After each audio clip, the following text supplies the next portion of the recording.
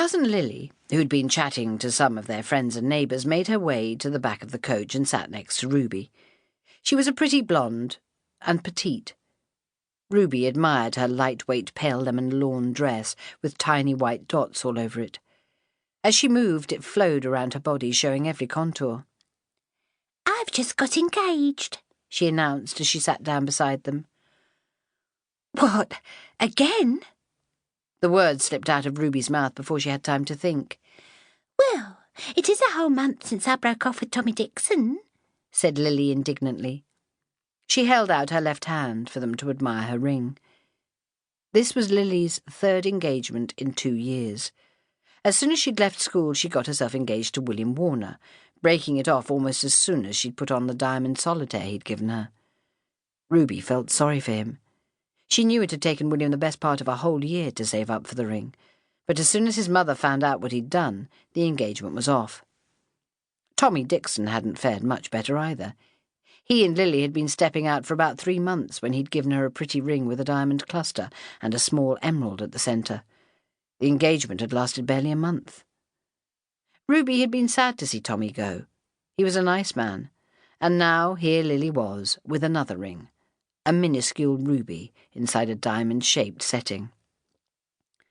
"Lucky girl," said Ruby. "What's his name?" "Hubert Periwinkle," said Lily.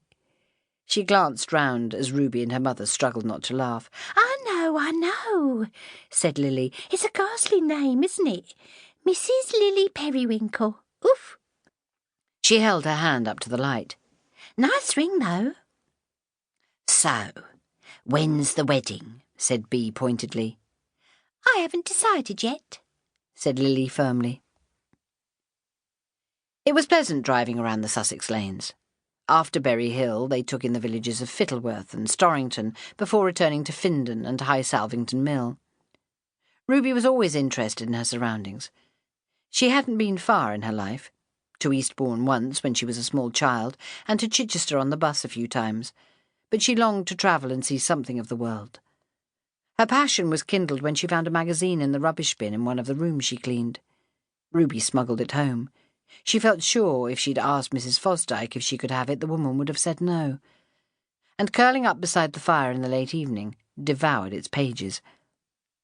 Under a picture of a boy with several huge bunches of green bananas on his bicycle, there was an article about Uganda.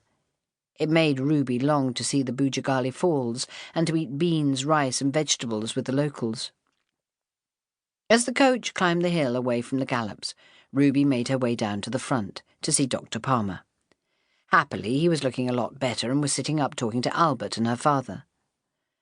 "We're about to stop at the mill, sir," she said. "How are you feeling?" "Much better, thank you, Miss Bateman," the doctor smiled. "In fact, I've had a wonderful afternoon." He patted the seat beside him, and Ruby lowered herself down. "We shall be having tea when we get there," she said. "You're welcome to join us, sir." "And would I be right in guessing that if I say yes, you'll be giving up your own tea, Miss Bateman?" His merry eyes twinkled as he saw her discomfort, and he chuckled. "You have a big heart, Miss Bateman," he said, patting her hand. "Don't let anyone shrink it." "Here we are, folks," Cecil called, and the coach pulled up. Built in 1750, the old timber roundhouse underneath the mill had been replaced at the turn of the century, and tea rooms installed.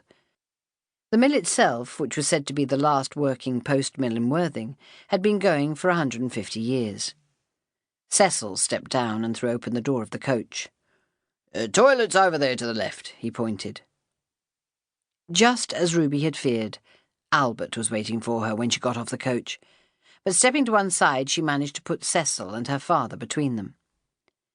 As the passengers made their way out of the coach, the children ran across the grass to let off steam, whooping and shouting as they went. The tea that had been laid on for them looked absolutely delicious. Ruby's mouth watered as she gazed at the Sussex lardy johns, scones and jam, Sussex plum heavies, and the Victoria sponge that graced the snow-white tablecloth next to the rows of cups and saucers.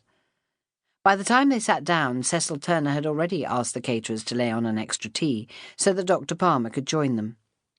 Ruby heaved a sigh of relief. There was no need for her to